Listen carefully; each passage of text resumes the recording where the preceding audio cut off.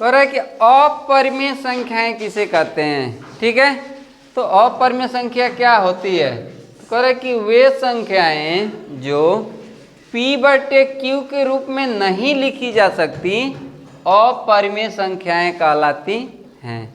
ठीक है, परिमेय संख्या में हम क्या बोले थे?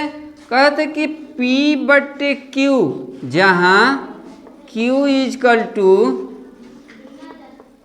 इजकल टू नॉट 0 है, समझ में? जहां Q का मान शून्य नहीं होना चाहिए, तो वह परिमेय संख्या में बताया गया था। लेकिन परिमेय संख्या, अपरिमेय संख्या उसके ठीक विपरीत है। कह रहा है कि वह संख्या जो P/Q के रूप में नहीं लिखी जा सकती हैं वे अपरिमेय संख्याएं कहलाती हैं।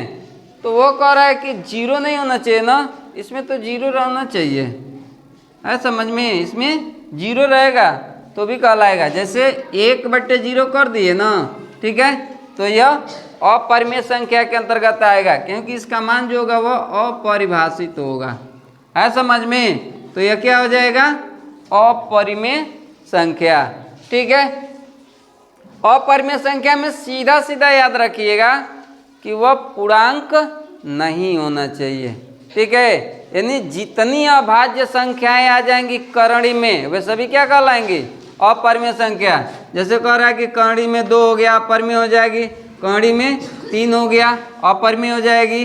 करणी में 5 हो गया, अपरिमेय हो जाएगी।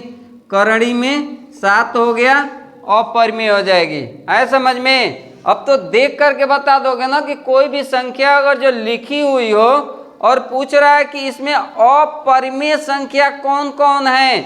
जैसे मान लीजिए लिख दिया क्रम से कि करणी में 2, करणी में 4, करणी में 6, करणी में 9, करणी में 16, करणी में 19। ठीक है, अब इसमें से कह रहा है कि अपरिमेय और परिमेय छांटना है समझ में? तो हम तुरंत छांटते चले जाएंगे। ठीक है, पहला करणी में 2, दूसरा आ जाएगा करणी में 6, तीसरा आ जाएगा करणी में 19। ये क्या हो जाएंगी? अपरिमेय हो जाएगा। ठीक है, 4 यह क्या होगा? परिमेय होगा, है समझ में? 9 यह क्या होगा? परिमेय होगा, क्योंकि 4 का वर्गमूल कितना हो जाएगा? करणी में 4 बराबर में 2, इसके बट्टे में हम 1 लिख सकते हैं, तो ये क्या हो जाएगा? परिमेय संख्या हो जाएगा। करणी में 9 दिया हुआ है, ठीक है, बराबर में जाएगा 3 बट्टे में 1, तो ये क्या हो जाएगा? परिमेय संख्या हो जाएगी। लेकिन करणी में 2, इसका मान जब निकालने के लिए हम जाते हैं तो क्या आता है? करणी में 2 बराबर में 1.4, 1, 4, 2, इस तरह से डॉट डॉट आता है, अनलिमिटेड आता है समझ में? इसीलिए इसको पूर्णांक ही नहीं माना गया है, इसीलिए क्या है? अपरिमेय संख्या है। ठीक है, अब दूसरा चीज आता है कि क्या 2 अपरिमेय संख्याओं का योग अपरिमेय होगा? तो होगा, है समझ में? करणी में 5 धन करणी में 7 दोनों अपरिमेय संख्या है ना, इसीलिए इसका जो योग आएगा वह अपरिमेय आएगा। या करणी में 5 धन कर लीजिए, करणी में 2 धन करणी में 2 बराबर में इसको क्या कर लेंगे? 2 करणी में 2, यह भी क्या होगी? अपरिमेय संख्या होगी।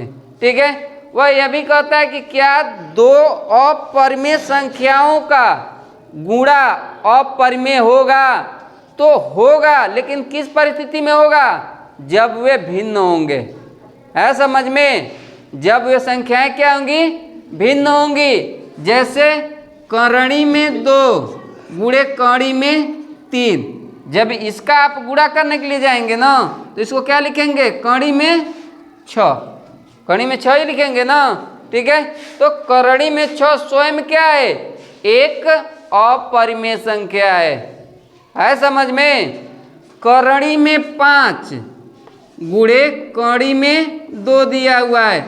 ठीक है, दोनों अपरिमेय संख्या है ना, दोनों का गुणा किया जा रहा है। तो जब दोनों अपरिमेय संख्या है, दोनों का गुणा कर रहे हैं, तो करणी का नियम यह है कि अगर जो सेम करणी है, सेम घात है, सेम मूल है ना, तो उसको एक ही करणी में करके गुणा कर सकते हैं। तो हो जाएगा 5 गुणे 2, तो हो जाएगा करणी में 10, और करणी में 10 एक अपरिमेय संख्या है। यानी 2 अपरिमेय संख्याएं जिनका मान भिन्न भिन्न हो, ठीक है, वह अपरिमेय हो और उसका मान भी क्या होना चाहिए, भिन्न होना चाहिए, तब उनका गुणा जो होगा वह अपरिमेय संख्या आएगी।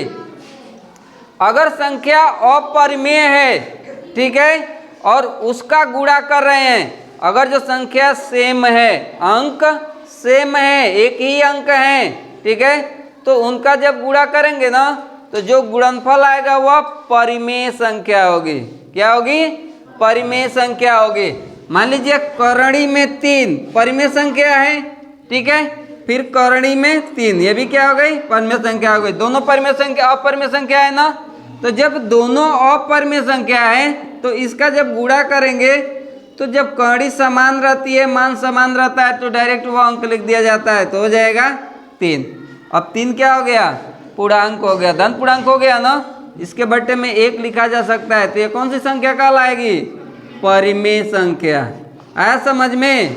तो अगर जो कह रहा है कि दो अपरिमेय संख्याओं का आपस में गुणा किया जाता है और दोनों समान राशि हो, तो उसका जो गुणनफल आता है वो क्या आता है, परिमेय संख्या आता है।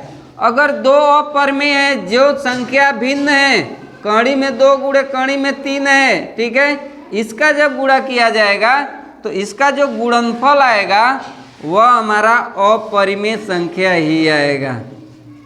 आ गया समझ में। अब अपरिमेय संख्या में कोई प्रॉब्लम, छांट लोगे, ठीक है। सीधा सीधा ध्यान रखना कि अपरिमेय संख्या में क्या आएगा।